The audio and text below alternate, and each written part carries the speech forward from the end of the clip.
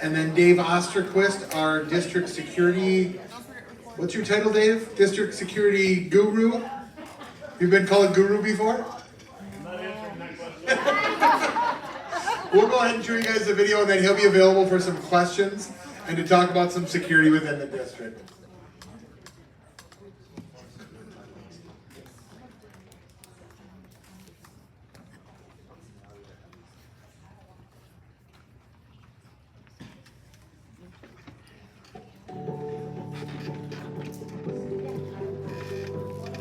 Hello, and welcome to the Emergency Response Plan Overview. For a couple years, I reminded you that you have choices.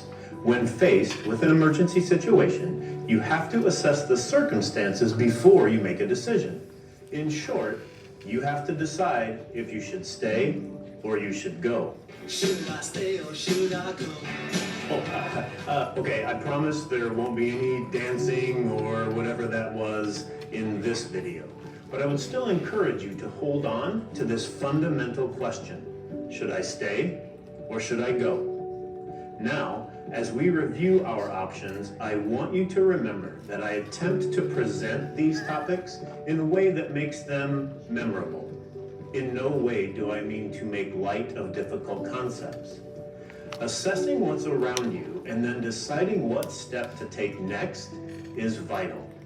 So this time around, as you are making your decision to stay or go, you need to remember, stay off the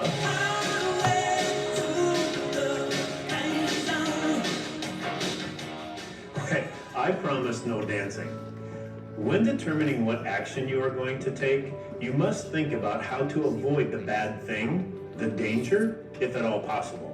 We choose one of our stay options if something is happening outside our rooms or workspaces that is dangerous, if something is happening outside the building that could be dangerous, or if other circumstances dictate staying. Severe weather or police situations occurring in the community are examples of events that would keep you in the building. A disturbance happening in the hallway would be a time you would want to stay in your room or workspace. Remember that our stay responses include shelter in place. This means allowing only people we know into our buildings. An example would be your mail carrier that comes at the same time every day, and you know this person. They can come in. Secure rooms. No one in or out of the rooms that have been secured. Our severe weather, tornado shelter areas, and the hide option of a lockdown response round out our stay options. When we do these things, we stay off the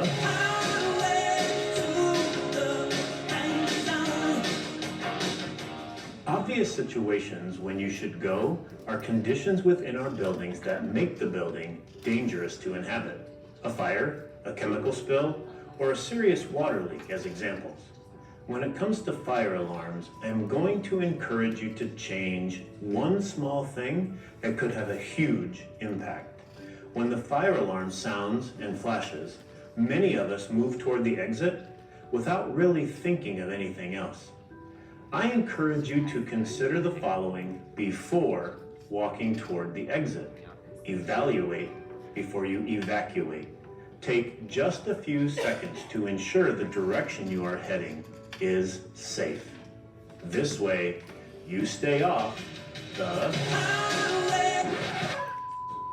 The editors have determined that subjecting you to another image of a flyboy wannabe could be considered unkind. Now back to the video. For years, we have used the term lockdown when referring to our active threat response. That term has evolved over the years from something that was a single option response to the way we use it today. Our current definition of lockdown means you have options. You have choices when an emergency arises. These options include run, hide, or fight. Remember that the hide option is still statistically extremely safe.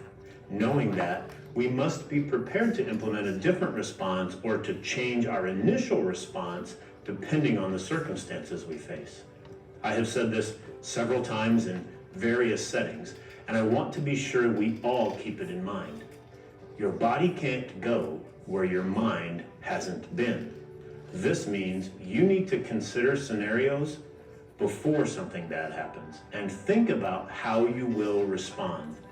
Our two fundamental concepts should be at the forefront of your decision making. I need to stay away from danger, and to accomplish that, should I stay or should I go?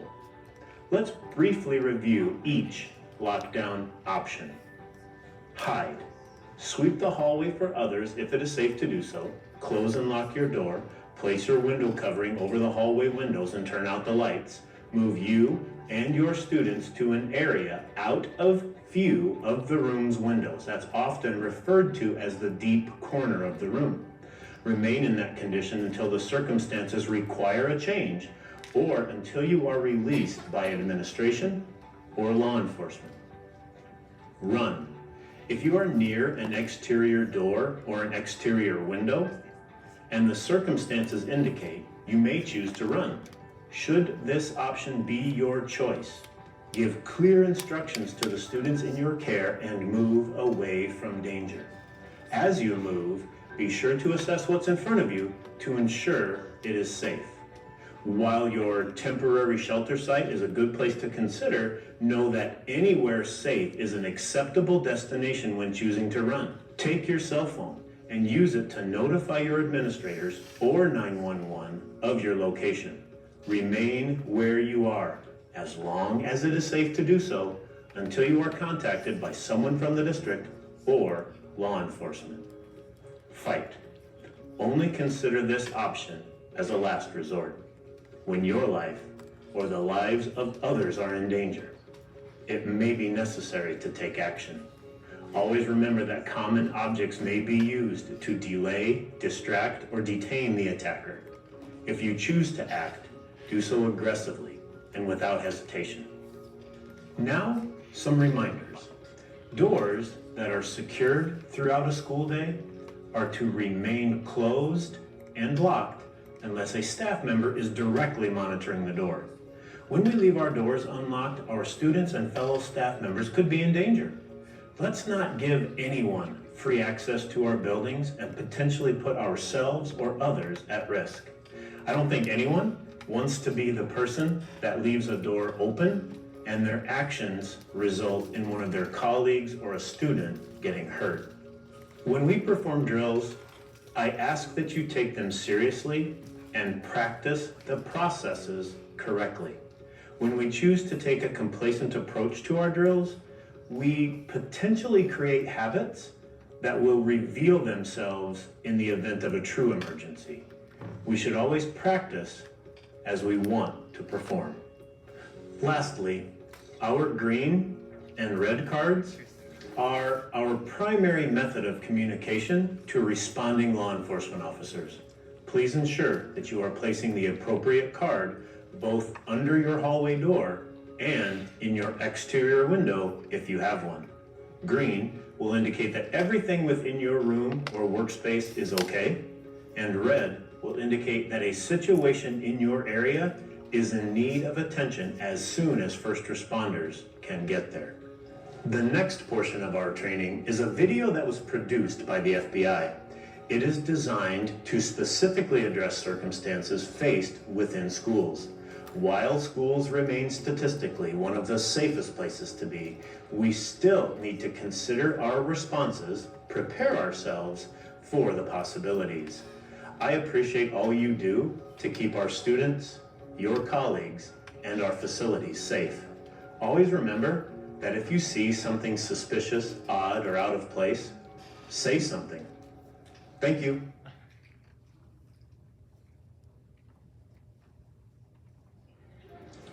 I really think the zoo lab program is going to be a popular field trip for the 7th graders. And it will get them out of their seats and up on their feet for about 5 hours. What are the dates again? March 3rd and 4th. Okay, let's put it on the calendar. See you later. Principal Gonzalez. Yeah. Can we chat after school about the science fair? Sure, no problem. Great, thanks. Have a great day. I gotta tell you, Monique, aquarium, museum, art gallery, and now zoo lab, You've only been librarian for 1 year, and you've already planned 4 field trips. No wonder the kids love you. I had no idea reading to earn field trips would be such a big hit. That was a great idea. Thanks. Emma, Mara, you two better hustle.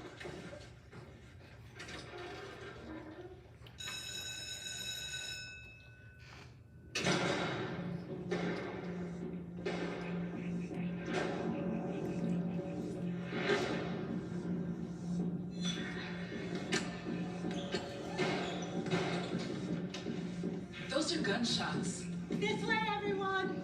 Lead the kids to the rally point outside. You know the spot? I do. Come on, kids. Come on. Come on.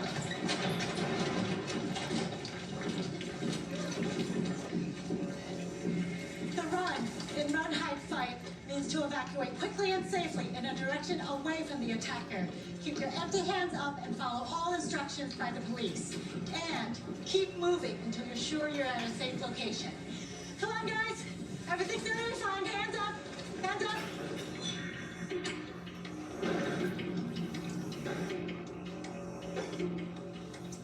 In here. He's coming this way. We need to lock the door, cover the window, and barricade it.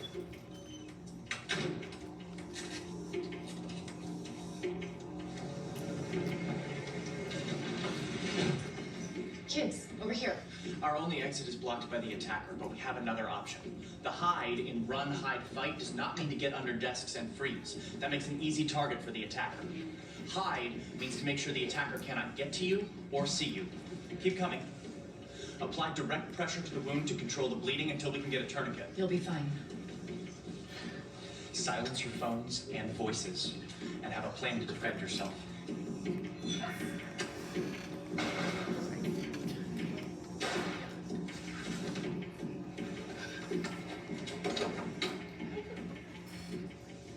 Is there a back way out? No. The attacker's blocking the only escape route, and there's no good hiding places here. But we're not gonna be victims. We'll fight if necessary to defend ourselves. If you control the weapon, you control the shooter. I'll go for the gun. Kate, you go for the arms. Alex, you go for the head.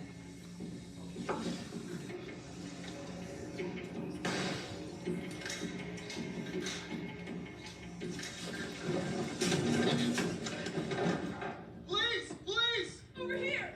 We got him! Okay, you've called all the parents. Yes. Oh, excuse me. Thank goodness. Are your kids okay? They're fine. We're okay too.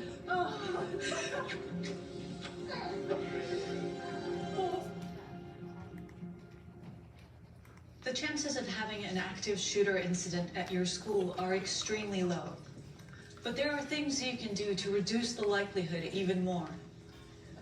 Proper building security is critical, as is fostering a positive emotional environment and implementing prevention tools like see something, say something, and threat assessment teams. While doing all we can to prevent an attack, we must also be prepared for one. Before the school year began, we worked with local law enforcement to train our staff on the run, hide, fight decision-making tool. Wherever you go, be aware of alternate exits. If it is safe to do so, quickly and cautiously evacuate in a direction away from the attacker. Don't hesitate, seconds matter. Remember windows and emergency exits. Leave belongings behind. Keep empty hands raised and clearly visible. Follow all instructions from the police. Don't stop until you are sure you have reached a safe location. If there is no safe escape route, then find a good place to hide. Hiding means making it difficult for the shooter to see and get to you. Lock and barricade doors, cover windows, silence cell phones, and prepare a defense plan. Fight only as a last resort. Use available objects as improvised weapons. Use teamwork and surprise. A coordinated ambush can incapacitate an attacker. You're fighting for your life. Don't fight fair. If you're assisting someone who is wounded, it is critical to stop severe bleeding. A person can die of uncontrolled blood loss in 5 minutes or less, so those present need to act even before help arrives. Simply applying direct pressure can make a big difference. Tourniquets are devices that can stop bleeding completely if applied properly. Work with your local emergency medical services to ensure your staff is properly trained and prepared ahead of time.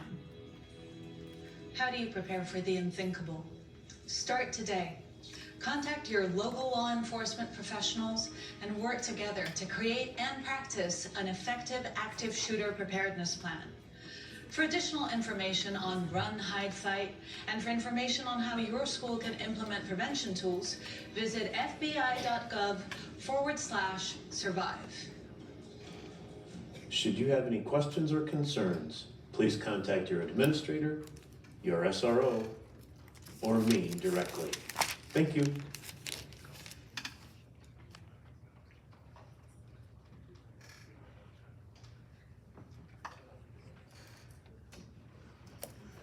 All right, well, here's where we are. How many of you are in the same mode I am, and you're thinking, it's Friday and I'm done? Really? So all of you are acknowledging it, but none of you are willing to raise your hand and go, oh yeah, me, oh, I'm in. Okay, now, second question. For those of you on this part of the room that are looking at this TV right here, am I the only one that thinks it's wonky? Or it is. Yeah, because I'm sitting at the back going, I can't look at that. It's driving me nuts. So, I don't have a lot to add to what has already been said, but I will say this. Well, no, I have questions first. How many of you are new coming into this and you're going to be at our new middle school locations after school? Excellent. Thank you very much for doing that. And I will tell you that if I didn't say this last year, because I talked to you guys last year, didn't I? Sure, let's just say, oh, I did? Good. If I said, here's the thing, somebody asked me on the way in, like, how I was doing, and I'm like, I don't know. The last 3 weeks, all I've done is run around and talk to people. So I'm at the point where I'm just ready to go home. But that being said, I will tell you that if I didn't say this last year, even if I did, I want to repeat it. When I started this job 3 years ago, we still had the city of Sioux Falls owning and staffing, and I use the term staffing very, very loosely. If you worked for the city and you did that, I apologize, but you may have been a great one, but some of them were not so great. The community centers. And it was a nightmare, honestly, for me and for us, because we would have reports of students getting into fights, and students were allowed to come and go and run around free willy-nilly and do whatever they wanted to do. And on a regular basis, I would show up at an elementary school to go talk with the principal or whatever, and I walk up and there's like garbage everywhere, and I go in and ask the principal, hey, what that's about? Principal's like, well, here's the thing, that is from last night. That huge pile out by your trash can is from last night? Yep, from the community center kids. I will tell you this, since CLC has taken over the after-school programming in all of our facilities, to include those that used to belong to the city of Sioux Falls, I have had 0 complaints of children, not that they haven't, but I have had 0 complaints of children getting in fights outside on the playground. I have had 0 complaints that I have had to refer to the police department directly because it was a crazy nightmare. And I've had 0 observations of piles of garbage in front. So huge props to all of you, and I thank you for what you do, because you've made a big difference. So you watch this video, and some of the items may not directly apply to what we're doing in the after-school programming, but I can tell you this, and it's an offer that stands and will stand as long as I'm in this position. If you get into your facility and you are looking around and you're like, I'm not 100% sure what I would do in this situation, because you're processing scenarios in your mind before something bad happens, you're like, man, I need to call Dave, call me. Well, actually, you're better off sending me an email, because if you call, I may not answer. I'm good. If I don't recognize the number, I may not. But I'm glad to come out and walk through things with you. I'm glad to come out and look at the facility and go, okay, if you're doing it, I would probably think about this. Another option is always to talk to the building administrator for that building, because they may have a plan for the areas that you occupy after school. And if they do, let's just follow that plan. Why? Because the kids already know that plan. So let's go with what they know. we've had a few updates, but nothing huge that should impact after-school programming. 1/3 more of our buildings have now been put on a digital radio system, which should enhance radio communication. The final third will be done next summer. And we're just continuing to press ahead. Everything that we do is to try to make things easier and better and more efficient on a regular basis.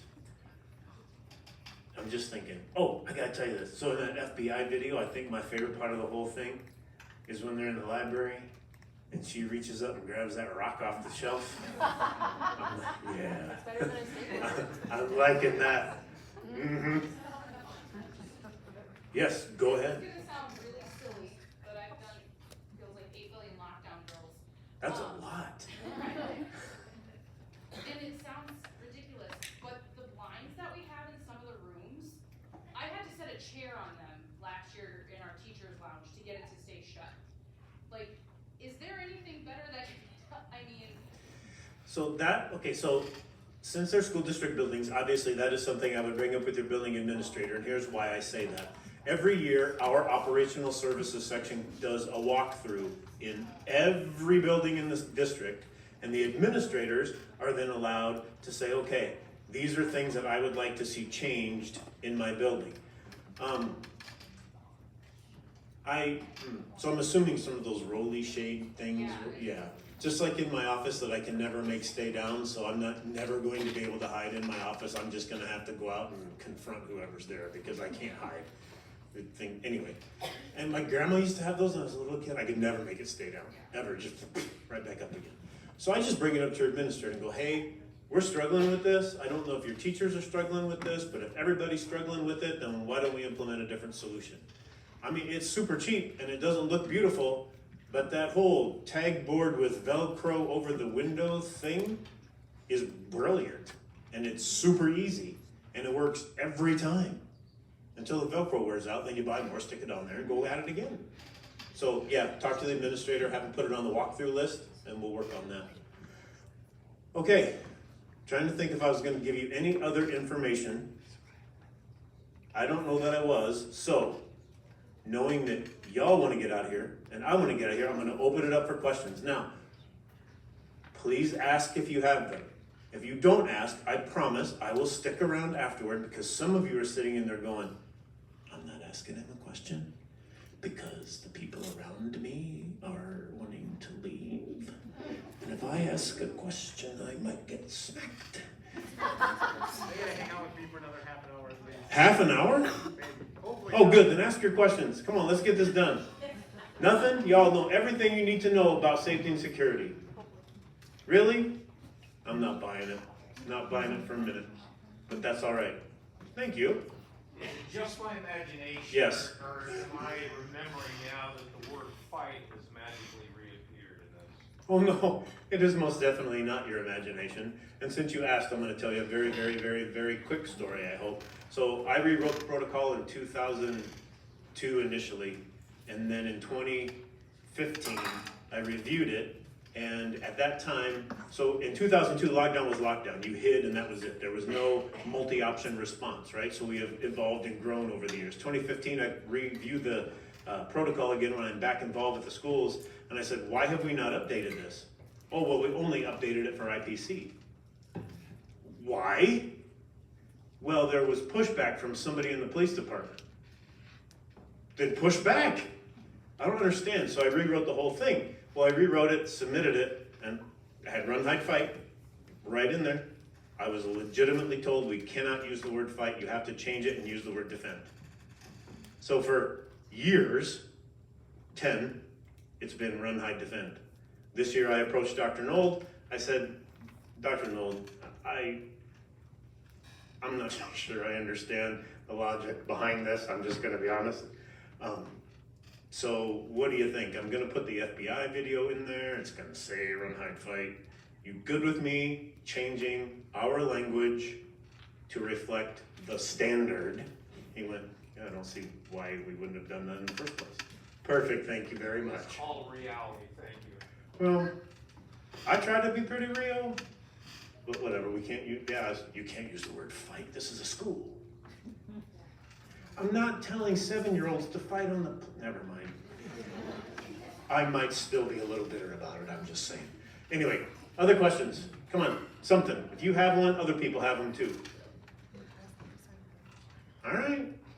I promise I will hang out until Mike's done. That way if you do have questions and you're just sitting there thinking, I'm not asking in front of all these people, but I do want to talk to him, I'll just hang out and we'll go from there. So thank you for what you do. I truly appreciate the after-school programming. It makes my life easier. I will say though, during the summer, it's starting to make my life just a little bit harder because my first year there was nothing going on in the schools in the summer and that was easy. Now there's stuff going on in the schools in the summer and now summer's not as quiet as it used to be and I don't like that. Anyway, thank you very much.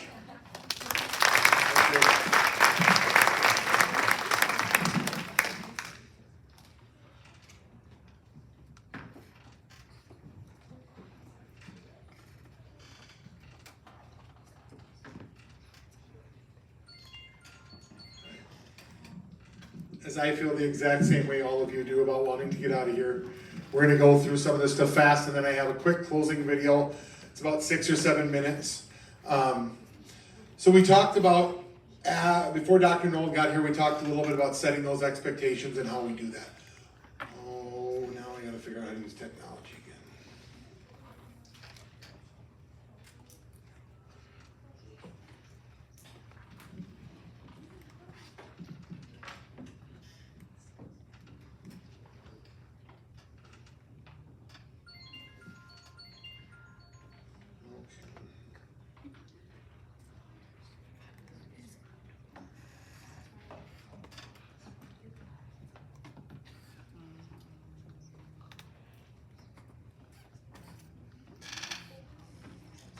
All right, so I'm not going to go into teaching the quiet signal, but just know, as we talked about that modeling, there are certain things that you are going to model for those kids.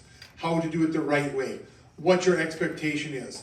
We talked with some of the middle school staff this morning at our new hire training, and we talked about it doesn't necessarily matter what you use as your quiet signal, it is how you teach the expectation. Whether you decide to use clapping, whether you decide to use a noise buster, whether you use something else, what's important is what that expectation is and how you teach that. I'm not going to go through hallway procedure. One of the ways as you are talking to the kids about expectations and as you're trying to teach them and really help them deepen that understanding of what that looks like is using a chart like this. This is a looks like, sounds like, feels like chart. When you're walking kids down the hall, you can talk to the kids using this terminology. What does it look like when we move quietly down the hall? Where should our feet be? Where should our hands be? What does it sound like? What voice level should we have? Okay, what does it feel like when we're in the NPR and we've cleaned up our space?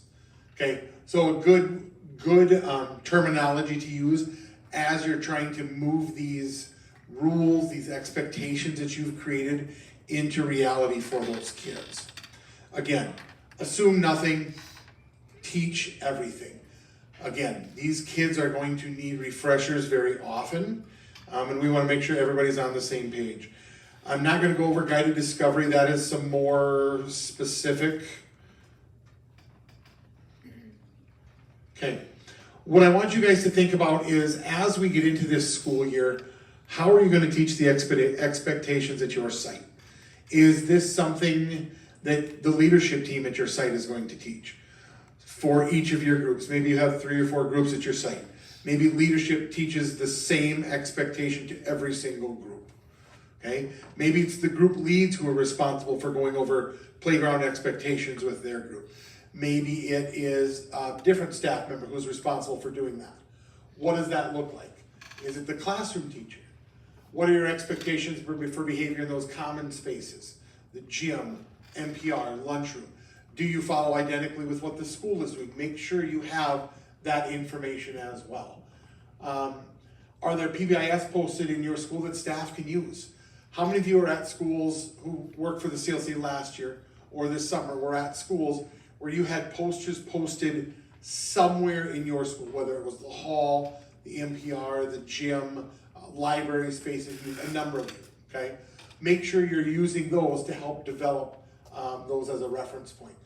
What are ways you guys can develop consistency at your school? As we get bigger, as our sites continue to grow, it's one thing to look at a site that has 30 kids and 2 or 3 staff, to have staff aligned on the same page. How do we continue to develop consistency as staff grow to 5, 6, 7, 8, 10 staff members at a school? How do we continue to develop consistency? What are some things you guys can do at your site as a leadership team, as a group lead? What can you do to help make sure staff are on the same page? If not, no. Yeah, what can we do?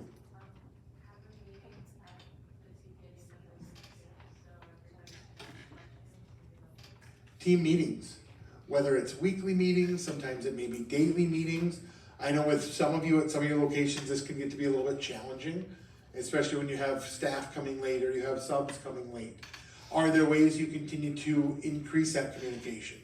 I know some of the schools last year or in past years have had notebooks where they write down communication. So if they have staff who are coming a little bit later or aren't there every day, they have a communication notebook. I know some schools who have like a Google Doc that they share with all the staff at that school, so staff can review as they want to that information that's available. So just making sure everybody is on the same page with that. Another thing to work on is consistently referencing those expectations. Thinking about if you are getting ready to move down the hall in the second week of school and you know your kids struggle, reminding those kids of that expectation. What does that look like when we move down the hall? When behaviors start to occur, catching those kids early. Again, we talked about active supervision with a new hire group today. Those of you who are veterans are familiar with that terminology too. Being on top of those kids, understanding what situations can cause problems, and being there to try to catch those things early. And then after those behaviors occur as well, how do we continue to have logical consequences for those kids where they're going to learn from those behaviors they had? Some examples here, again, the before, reminding students what they should do using that common language. So figure out what your common language is going to look like as a CLC, as your site, and then as a school, so you guys can be consistent with that.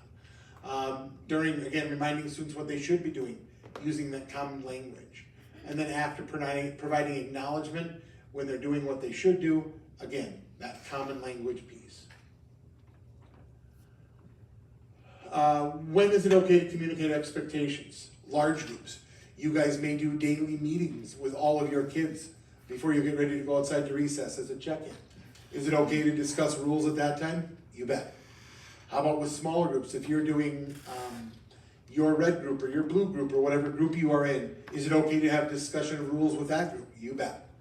And individually, if you have certain students who continue to struggle after you've had large group discussions, after you've had small group discussions, is it okay to pull those kids aside and have individual discussions with them?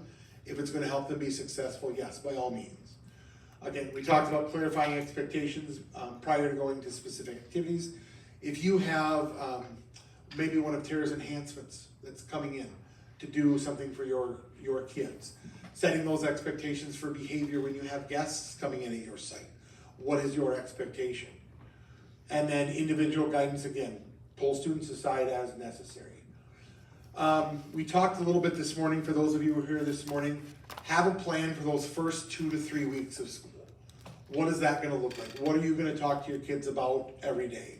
If anyone is interested, I don't know what your agencies, if your agencies have planned the first couple weeks out, if they have certain things they want you to teach during the first 2 to 3 weeks, but they allow you freedom to do that how you want to. If you need help or guidance, I have a template here we've used in the past that just kind of talks about here's some things to teach on the first day, the second day, the third day. If anyone wants this, please feel free to reach out. I'm happy to send it to you.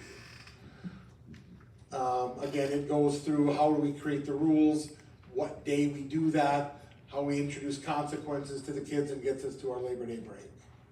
And then we always used to go through rules or drills and stuff during those first 3 weeks as well, just so that was all up to date. Positive interactions with kids. PBIS says 5 to 1. I know there's other programs that may be higher. I've heard others who have been 8-1. Boys Town used to be 12-1. But again, try to work on increasing those positive to negative comments to kids. Acknowledge expected behaviors. So again, that praise. How many of you guys use whatever your school does as a common terminology for praise for your kids? Soar tickets, pause tickets, anything like that? What are some of the other ones that you guys use at your schools? Roar. That's Harvey Dunn does roar. You guys are what's your mascot? Tigers? Okay. What else? Sam? Our school uses dojo points. We kind of stole it from Robert Frost, but our school day does that also at Garfield. And then we also are leader in B school, so we use the habits and we do a certificate every month for those. So they do, if any of you have ever heard of Leader in Me, that's something that their school has adopted. So they, as the CLC at Garfield, have also started using some of that terminology. Yeah, Hammer. The Panthers, we use pause tickets. Okay, pause tickets is the Panthers, that's at Pettigrew. What do you guys do? Buzz nuts for Laura tickets. LBA is the Bees, use buzz notes. Yeah. What, hawk tickets? Okay, that's at Hayward. Okay. Yeah, what do you guys do? Okay. Do you know what your school uses? Do they use what they use as a thing? They use Soar slips? Okay. And Osterquist uses, we just call them tickets. Okay. Yeah, and it varies from school to school how they set that up. And again, using that positive language when we're talking to the kids. All right, logical consequences is simply responding to behaviors in ways that allow kids to fix and learn from their mistakes. How many of you guys know a kid that has never, ever, ever in their entire life made a mistake? I mean, besides Morrison, right? maybe one time. Okay? So kids are going to make mistakes. We know that's going to happen. So how do we as educators, whether it's school day, whether it's after school, whether it's before school, how do we help kids learn from those mistakes and fix them while preserving their dignity? We talk about the 3 R's. Consequences should be relevant. If you're working with a group of kindergartners and you want your expectation is those kids to sit and read quietly for 30 minutes, is that something that they are going to do as 5 and 6 year olds? No.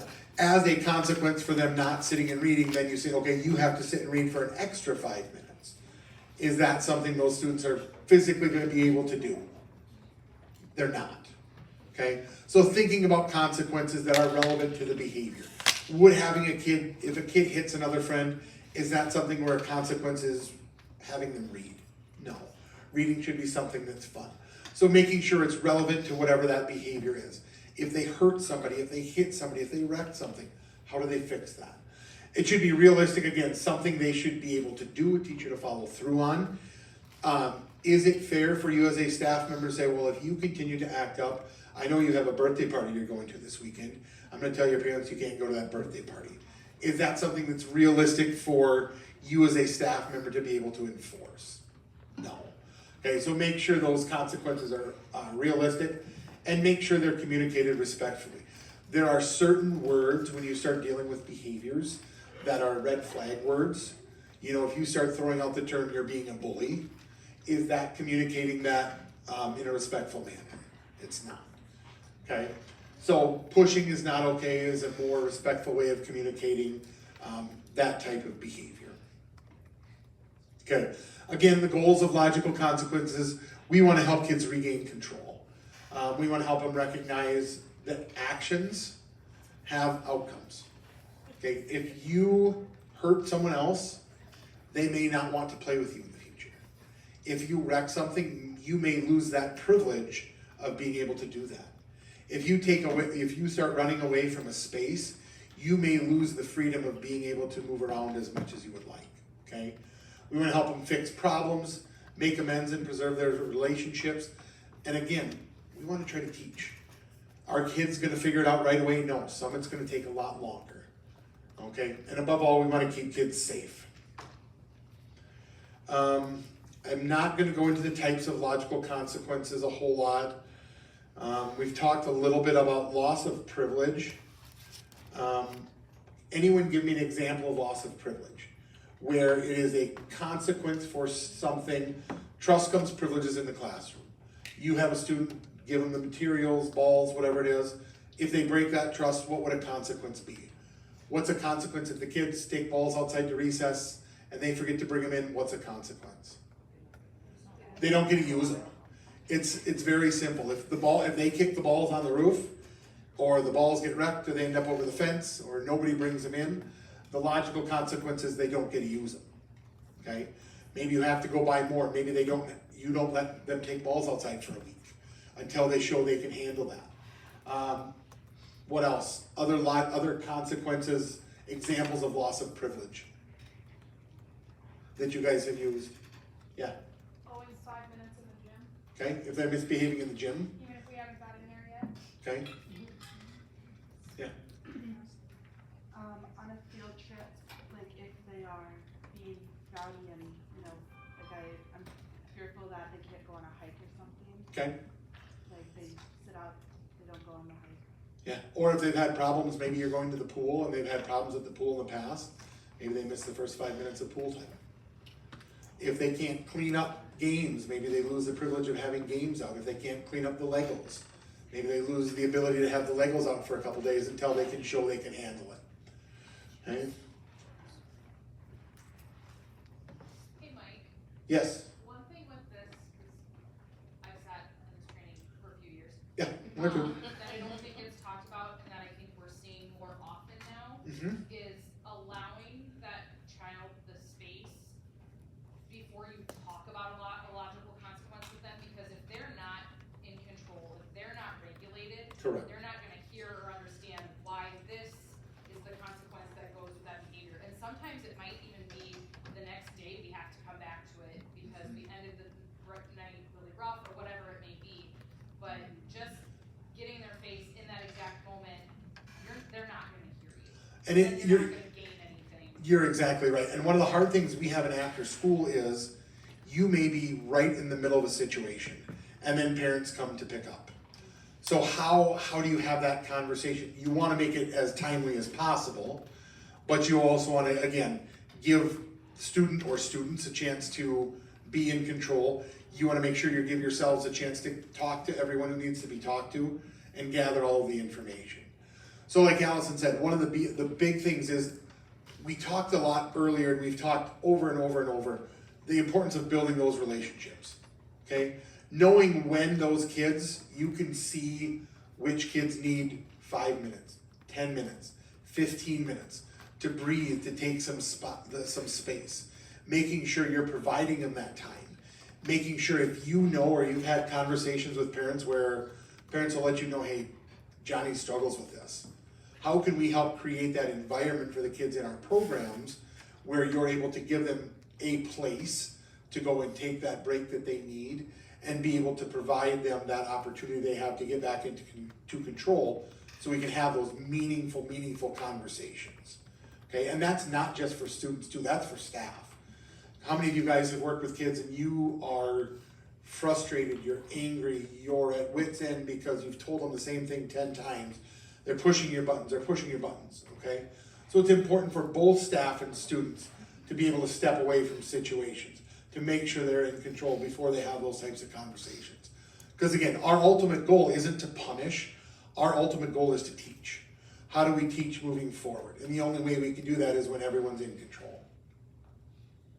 Other thoughts, other comments as we look at logical consequences moving forward, whether it's at your agency, at your site, within your group. Yeah.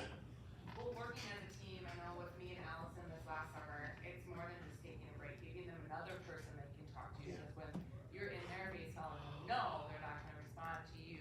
So I would send them to Allison, and they were able to talk to her through, and then come back to me, and then we can have that meaningful conversation. So just to work as a team so that they're all supported and the kid does feel heard. Yeah. And sometimes you can be saying the exact same thing that the other person would have said. The exact same thing. But because you were the one that told them no, or you were the one that told them they couldn't go climb up on the top of the slide in that moment, they are upset, they are mad, they are angry at you. So it doesn't matter what you say moving forward. Okay? So like you say, that team approach is super huge. And that goes to that consistency, getting to know your kids. Which kids do you react well with? Which kids are you like, if this kid has an issue, I need to have another staff member work with them. Okay? And being aware of that. And working to create that environment with your staff where staff is comfortable with each other being able to have those types of conversations too. And that's the way that your staff is going to help become more successful. Okay? So a lot of this information, I'm not going to go over a lot of these consequences, specifics, but what I will do is eventually we will get this information uploaded on the CLC intranet. We will send the links to the CLC intranet out. Any of the training information that you guys were given today, we're recording the videos, we'll have the videos, we'll have the PowerPoints, we'll have any other associated handouts. That information will all be available on that CLC intranet. I'm hoping, I don't think it's going to happen this week, I don't know for sure. More realistically, it'll be that week before Labor Day break that we'll be able to get that stuff posted. Once I do have stuff posted and updated, I'll get information sent out to your site leadership again, that this information is there. If they have information they want to pass on, if there's specifics you as a team need to look at, that information will be there. Use it how you feel comfortable. All right. The other thing I want you to do is, as you guys get onto your sites, some years I will have you guys do this now. We'll get together in teams. But I want you guys to do this as you get on your site. So think about these things when you're having your site meetings next week as you're prepping for the school year. What places do you need to teach those expectations procedures for? Okay, your leadership staff, if they've been doing it for a while, they may already have ideas. But what are those expectations? Bathroom, snack, playground, what are those routines gonna be like? Okay, what are your expectations for those behaviors in those common spaces? Who's gonna teach them? How and what are our consequences for certain behaviors? To try to get you guys as a team so everyone's on the same page. Again, that's some things that you guys can think about as you get into your schools and have your team meetings and your planning for the school year. Remember, behaviors do happen for a reason. Sometimes it's because of things that happen during the school day. Sometimes it's things that are happening at home. You may be the ones who are seeing that behavior, but understand that every behavior happens for some sort of reason. What we want to do is we want to make sure that we are not the cause of those behavior by creating that positive environment for the kids. All right, the last thing that I have for you guys before we work on getting you guys out of here is